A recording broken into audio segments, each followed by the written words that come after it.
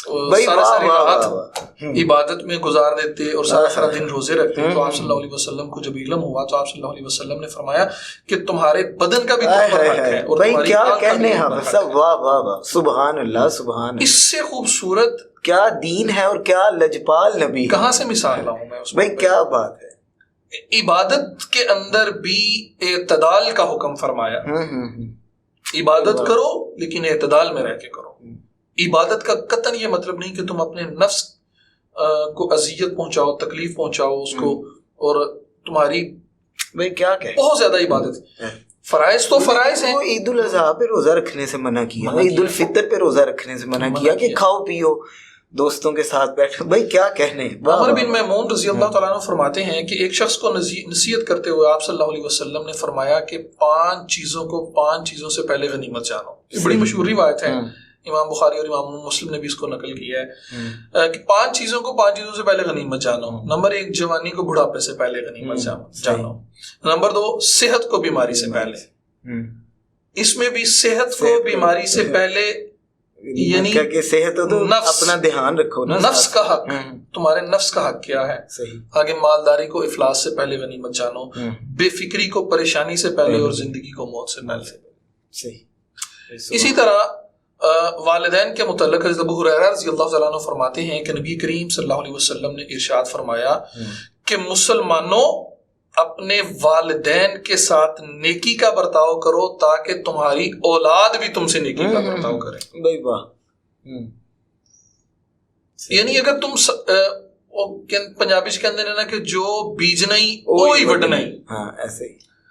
یہ ہمارے معاشرے کا بہت بڑا المیہ ہے کہ ہم اپنے والدین کے ساتھ جس طرح کا ناروا سلوک اختیار کرتے ہیں. اور ہمارے سوشل میڈیا پہ آج کل بے شمار واقعات. ریسنٹلی میں ایک ویڈیو دیکھ رہا تھا کہ 2 بیٹے ہیں اور وہ اپنے باپ کو زمین پہ گرا کے اپنے پاؤں کے ساتھ مار رہے ہیں. اور دونوں جو بیٹے ہیں وہ باریش ہیں، سنت کے مطابق ان کی داڑھیاں ہیں. الیاذ باللہ. علم نہیں ہے. اور سب سے بڑا المیہ یہ ہے کہ عام طور پہ ہمارے معاشرے کے اندر ہر داڑھی والے کو عالم سمجھا جاتا ہے. ایسا نہیں ہے. داڑھی رکھنا تو نبی کریم صلی اللہ علیہ وسلم کی سنت ہے اور ہر مسلمان کو اس پہ عمل کرنا چاہیے. بالکل ایسے. لیکن داڑھی رکھنے کی وجہ سے کسی کو عالم دین سمجھ لینا اور اس کے ساتھ وہی معاملہ کرنا جو ایک عالم دین کے ساتھ کیا جاتا ہے، یہ درست نہیں. یہ بالکل ایسے. اپنے کیے کا جواب دے، اپنے کیے کا جواب دے. تو الیاذ باللہ اس قدر والدین کے ساتھ ہمارے یہاں پہ جائیداد کے لیے ہمارے گجرانوالہ کے اندر واپڈا ٹاؤن کے اندر یہ ایک واقعہ پیش آیا کچھ عرصہ پہلے کی بات ہے کہ بیٹے نے اپنے باپ سے پیسے مانگے، پیسے نہیں دیے تو اس نے فائر مار دیا. تو نبی کریم صلی اللہ علیہ وسلم ایسے لوگوں کے متعلق یہ ارشاد فرمایا. کیا فرما رہے ہیں کہ اگر تم چاہتے ہو کہ تمہاری اولاد تمہارے ساتھ نیکی کا برتاؤ کرے تو پھر اپنے والدین کے ساتھ نیکی کرو، ورنہ جو تم اپنے والدین کے ساتھ سلوک کرو گے وہی سلوک تمہاری اولاد تم سے کرے گی. اسی طرح آپ صلی اللہ علیہ وسلم متعلق تو وہ مشہور حدیث کہ تو اور تیرا مال تیرے باپ کا ہی تو ہے، کہ اتنا حق ہے والد کا ہم پہ. ایک اور روایت میں آپ صلی اللہ علیہ وسلم نے فرمایا کہ جو رزق کی کشادگی اور عمر کی زیادتی کا خواہش مند ہے اسے چاہیے کہ وہ حسن سلوک کرے اور والدین کے ساتھ صلہ رحمی کرے. بھائی واہ، سبحان اللہ. کیا رشتہ دار عزیز و قارب جتنے بھی ہیں ان کے ساتھ صلہ رحمی کرے اور والدین کے ساتھ حسن سلوک کرے. اگر وہ یہ کرے گا تو اللہ تبارک و تعالیٰ 2 چیزوں میں، ایک تو تمہارے رزق میں برکت عطا فرما دیں گے اور تمہاری عمر میں بھی برکت عطا فرما دیں گے. سبحان اللہ. اسی طرح سب کو یہی 2 چیزیں چاہیے. ہر بندہ چاہتا ہے کہ لمبی زندگی ہو، ہر بندہ چاہتا ہے کہ جو ہے اس کی فراوانی ہو. صحیح. یہ تو بڑا آپ نے پیارا کلیہ بتا دیا. اگر اس پہ بے شمار عثمان بھائی، مطلب آپ صلی اللہ علیہ وسلم نے والدین کے حقوق پہ سینکڑوں احادیث ہیں، آپ صلی اللہ علیہ وسلم کے سینکڑوں ارشادات ہیں. وقت کے پیش نظر میں صرف ایک 2 ہی بیان کروں گا. میاں بیوی کے حقوق کے متعلق حضرت ابو ہریرہ رضی اللہ تعالیٰ سے روایت ہے، وہ فرماتے ہیں کہ رسول اللہ صلی اللہ علیہ وسلم سے عرض کیا گیا کہ کون سی عورت سب سے اچھی ہے؟ تو آپ صلی اللہ علیہ وسلم نے فرمایا کہ جس کو اس کا شوہر دیکھے اور خوش ہو جائے اور جب حکم دے تو اسے بجا لائے. اپنی ذات اور مال کے بارے میں کوئی ناگوار بات کر کے اس کے خلاف نہ کرے. بھائی واہ سبحان اللہ, کیسا لجپال نبی ہے ہمارا. بھائی واہ واہ. مطلب آج کل ہمارے گھروں کے اندر یہی لڑائیاں ہیں, یہی پریشانیاں ہیں, اور ہمارے 90% گھروں کے مسائل یہی ہیں.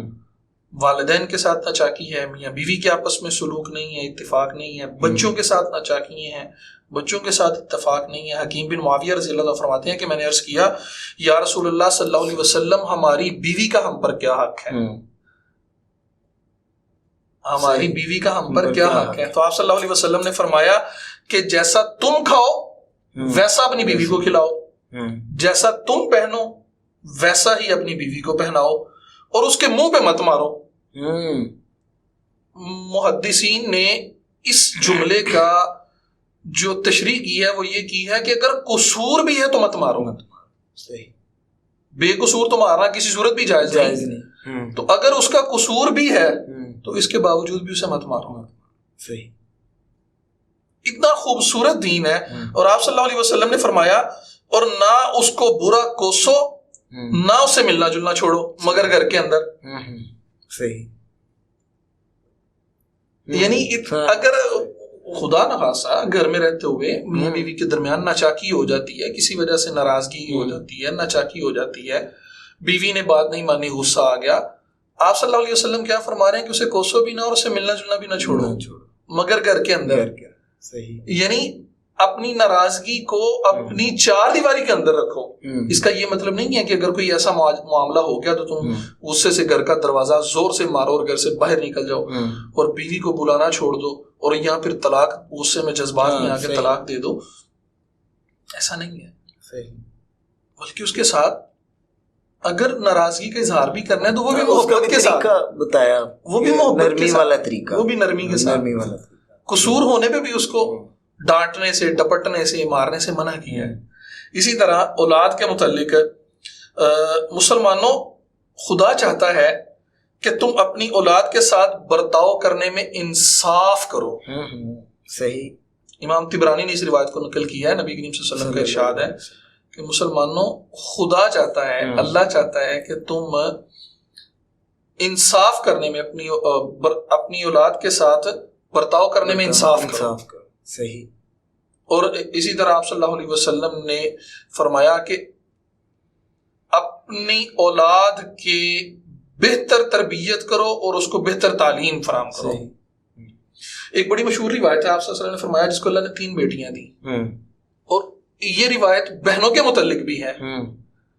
فرمایا جس کو 3 بیٹیاں دیں یا 3 بہنیں دیں, اس نے ان کا اچھے طریقے سے خیال رکھا, ان کی اچھے طریقے سے پرورش کی, ان کو اچھے طریقے سے تعلیم دلوائی اور پھر ان کی شادیاں کر دی.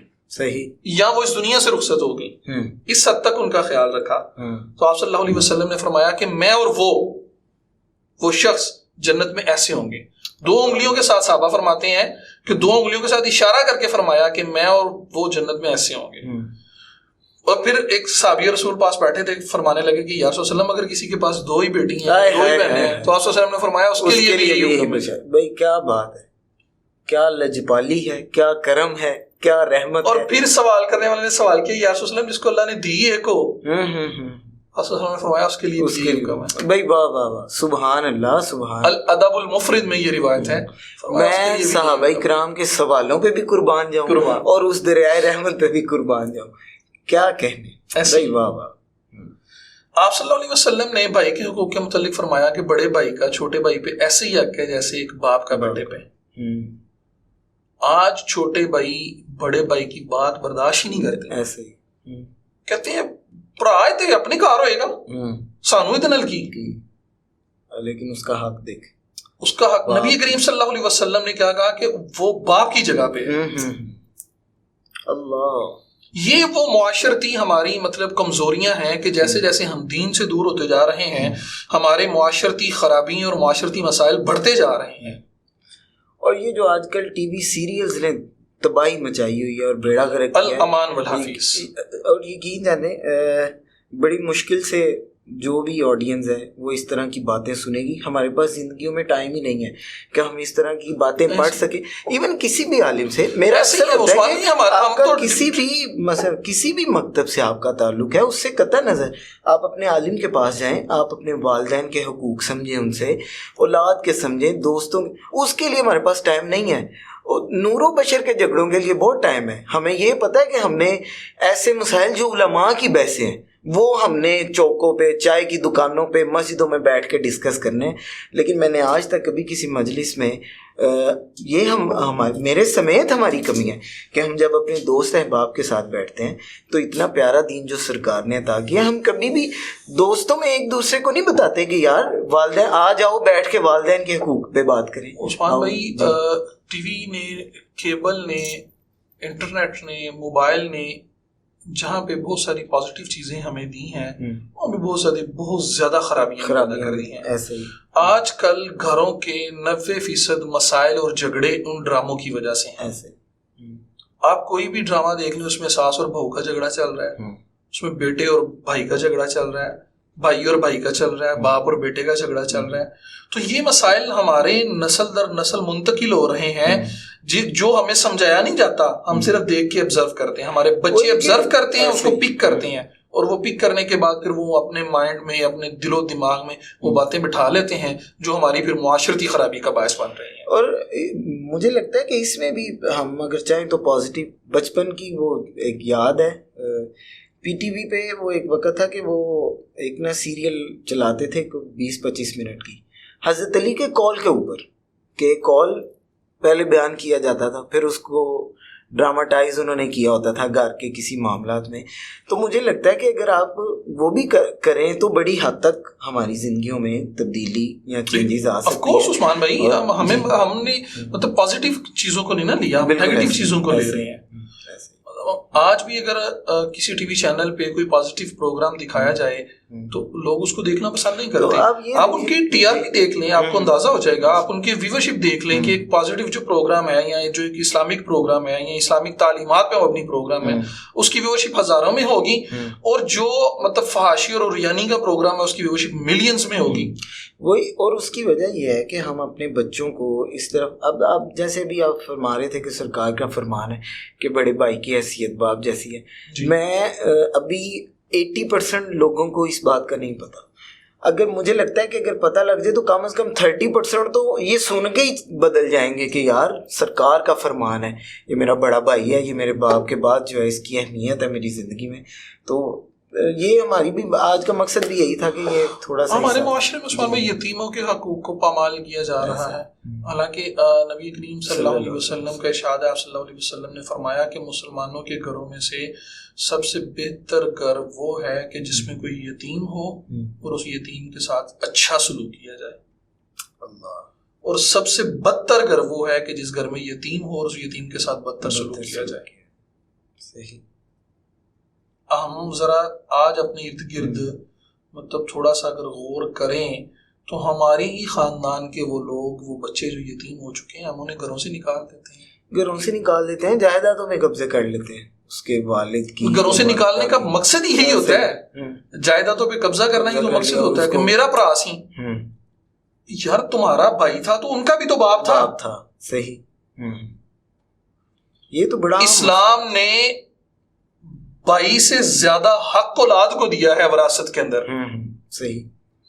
اگر اولاد موجود ہے، اس کا بیٹا موجود ہے، تو بھائی کا تو جائیداد میں حق ہی نہیں ہے. صحیح. ٹھیک.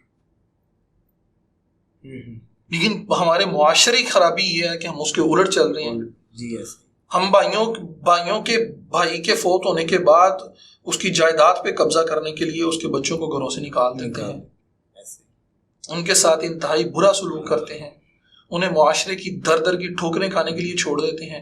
ہم انہیں جو چائلڈ ہومز بنے ہوئے ہیں وہاں پہ چھوڑ آتے ہیں، اور پھر ہم ایک توقع کرتے ہیں کہ یہ ایک اچھا معاشرہ تشکیل ہو.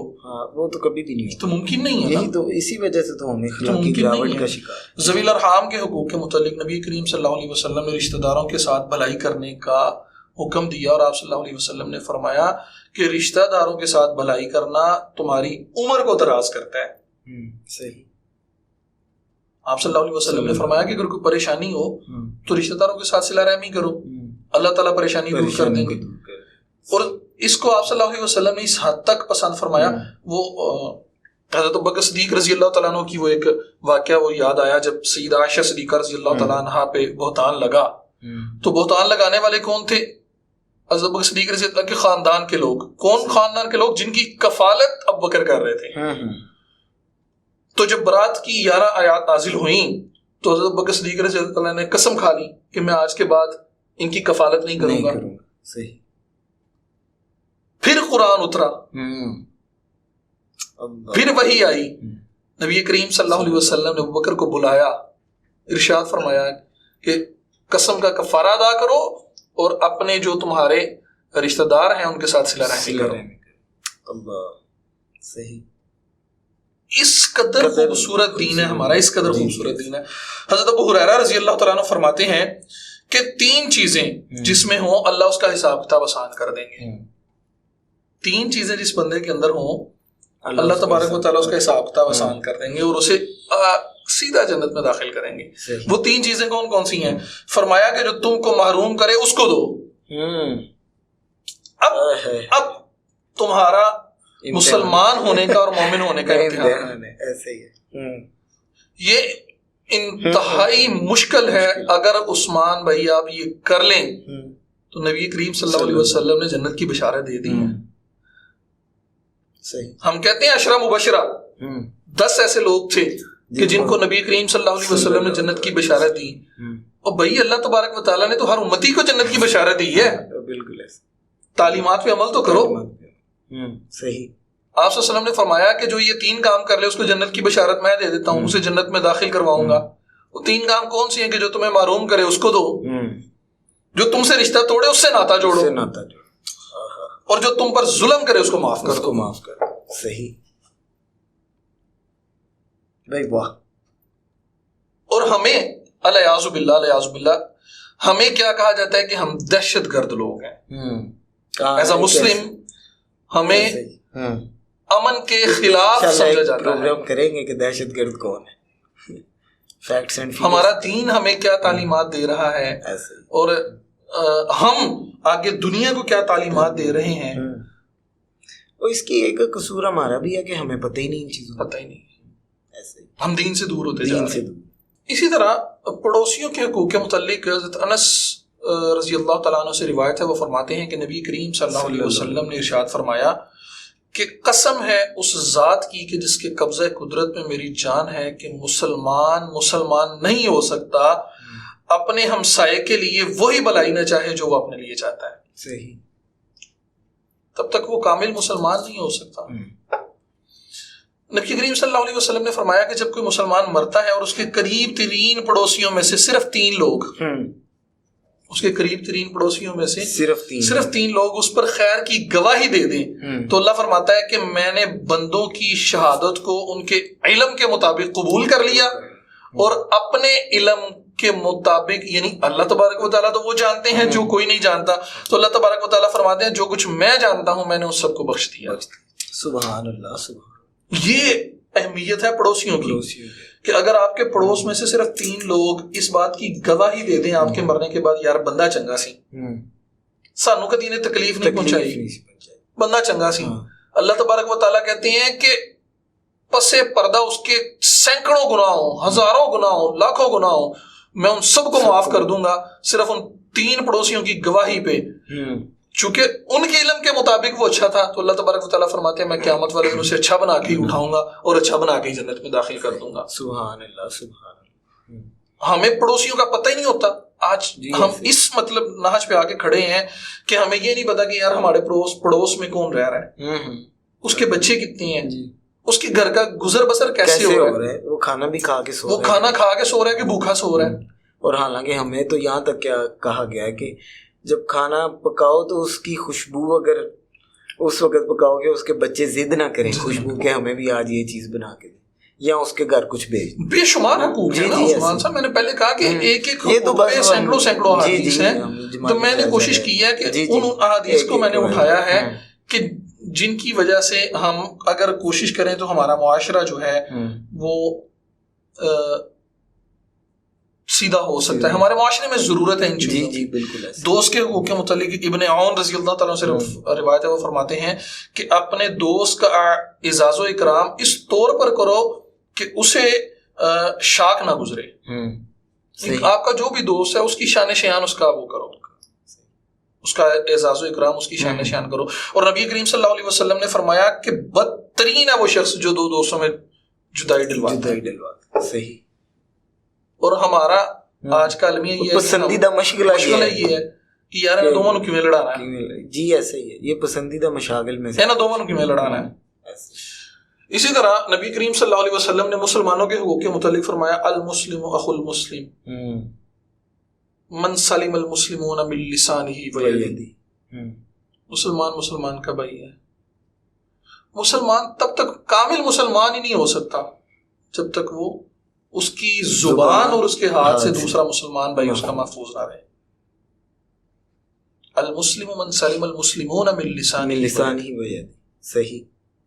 اسی طرح آپ صلی اللہ علیہ وسلم نے فرمایا کہ ایک مسلمان بھائی کے دوسرے مسلمان بھائی پر 6 حق ہیں. صحیح. نمبر 1، جب وہ سلام کرے تو اس کا جواب دو. نمبر 2، جب وہ تمہیں دعوت دے تو اس کی دعوت کو قبول کرو. اور نمبر 3 ہے کہ جب وہ تم سے کوئی خیر خواہی چاہے تو اس کے ساتھ خیر خواہی کرو. ٹھیک. نمبر 4، جب اسے چھینک آئے وہ الحمدللہ کہے تو اس کے جواب میں یرحمک اللہ. اور نمبر 5، بیمار ہو تو اس کی عیادت کے لیے جاؤ. صحیح. اچھا پہلے میں چھٹا بھی بتا دوں، مر جائے تو اس کے جنازے میں شرکت کرو. اور بیمار ہو تو اس کی عیادت کے لیے جاؤ. بیمار کے لیے آپ صلی اللہ علیہ وسلم نے الگ روایت بیان فرمائی. آپ صلی اللہ علیہ وسلم نے فرمایا کہ جب بیمار کی عیادت کے لیے تیمارداری کے لیے جاؤ تو اس کے بعد زیادہ دیر نہ بیٹھو. بھائی واہ واہ، خوبصورت بات. اس کی تیمارداری کے وقت اس کے بعد زیادہ، وہ تو بیمار ہے، اسے تکلیف نہ ہو، وہ آرام کرنا چاہ رہا ہے، ہم اس کے ساتھ پہ بیٹھ جاؤ، اس کی تیمارداری کرو، اس کے لیے دعا کرو صحت کی، اور اٹھ کے آ جاؤ. آپ صلی اللہ علیہ وسلم نے فرمایا کہ جب بیمار کے پاس جاؤ تو اسے لمبی زندگی کی امید دلاؤ. صحیح. تاکہ وہ مایوس نہ ہو. ہم جاتے ہیں بیمار کے پاس، پتہ کہنے یار جڑا تینوں مرضی نہ فلانے نو ہویا سی تے وہ تے مر گیا سی، انہیں مہینہ کو کڈیا سی. ایسے ہی. صحیح بات. یعنی یہ سیم مرض فلاں شخص کو ہوا تھا تو وہ اس مرض میں 1 ماہ رہا ہے، 1 ماہ گزارا اور اس کے بعد وہ دنیا فانی سے رخصت ہو گیا. امید دلانا. در حقیقت ہم اسے مایوس کر رہے ہیں کہ بھائی تم بھی مرنے کی تیاری کرو، بس اب مر گئے. تو ہم یہ کیوں نہیں کہتے کہ یار یہ اگر اللہ تبارک و تعالیٰ کی طرف سے بیماری آئی ہے تو شفا دینے والا بھی اللہ ہے، وہی دے گا. ایسے ہی. تو پریشان نہ ہو، اللہ تبارک و تعالیٰ شفا دے گا. صحیح بات. کوئی ایسی مثال بھی تو ہمارے معاشرے میں موجود ہوگی کہ اس مرض میں کوئی شخص شامل تھا تو اس کو اللہ تبارک و تعالیٰ نے زندگی دی، شفا دی، اور وہ اس کے بعد پھر 20 سال جیا. تو یہ مثال کیوں نہیں دیتے اسے؟ وہ نادر ہی صحیح، لیکن کوئی ایسی مثال دو جس سے اسے حوصلہ ہو، جس سے اسے تقویت ملے، جس سے اسے امید ملے. اسی طرح آپ صلی اللہ علیہ وسلم نے، اچھا یار اس سے خوبصورت دین کیا ہوگا جو اپنی خدمت کرنے والے، اپنے غلام، اپنی لونڈی، اپنے مزدور، اپنے ملازم، ان کے بھی حقوق بیان کر رہا ہے. نبی کریم صلی اللہ علیہ وسلم نے ارشاد فرمایا کہ لونڈی اور غلام تمہارے بھائی ہیں، خدا نے ان کو تمہارے قبضہ میں دے رکھا ہے، پس تم میں سے جس کسی کے قبضہ تصرف میں خدا نے کسی کو دیا ہے تو اس کو چاہیے کہ اس کو وہی کھلائے جو وہ خود کھائے. صحیح. کس کو کہہ رہے ہیں؟ غلام کے متعلق، کنیز کے متعلق، کہ اس کو وہی کھلاؤ جو تم خود کھا رہے ہو، اور اس کو وہی پہناؤ جو تم خود پہن رہے ہو. اس پر کام کا اتنا بوجھ نہ ڈالو جس کی اس کے پاس طاقت ہی نہ ہو، اور اگر اسے کوئی مشکل کام دے دو تو پھر اس میں اس کی مدد بھی کرو. صحیح. سبحان. ہمارے معاشرے میں ظلم کی داستانیں رقم ہو چکی ہیں. ابھی اسلام آباد میں وہ جج صاحبہ کے گھر کا واقعہ جو تھا، جج صاحب کے گھر کا واقعہ کہ ان کی بیوی نے اپنی ملازمہ پہ اس قدر تشدد کیا کہ اس تشدد کی وجہ سے اس دنیا فانی سے رخصت ہو گئی. وہ جو ایک نام نے پیر صاحب نے، وہ ایک بچی کا اسی طرح قتل ہوا، بھوکھا رکھا. بے شمار مثالیں ہیں.